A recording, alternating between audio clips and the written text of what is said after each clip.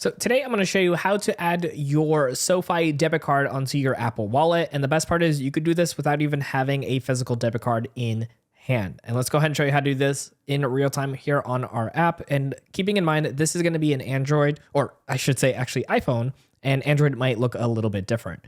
So sitting here on our main page of our iPhone app, we can actually go into this section in one of two ways, either by clicking the banking section up here, or going ahead and clicking banking icon down here at the very bottom. So now from here, we have our banking options. And because this is a debit card, we want to go into our checking account, which is right over here. So you can either click on the word checking or your total dollar amount. Either option will take you to the next page. And from this page right over here, you can go ahead and scroll down just a little bit. You can see where it says cards, and we have our debit card. We're going to go ahead and click on this option. And then from here, you're going to see where it says add to Apple Wallet. It's going to have this little icon. Let's go ahead and click on this. Again, keeping in mind, we do not need it physically in hand to do this. Now, once we click the icon, it's going to take us to this page. It's going to have this pre-filled in for you with your name and your card number. It's obviously blurred out here in our video.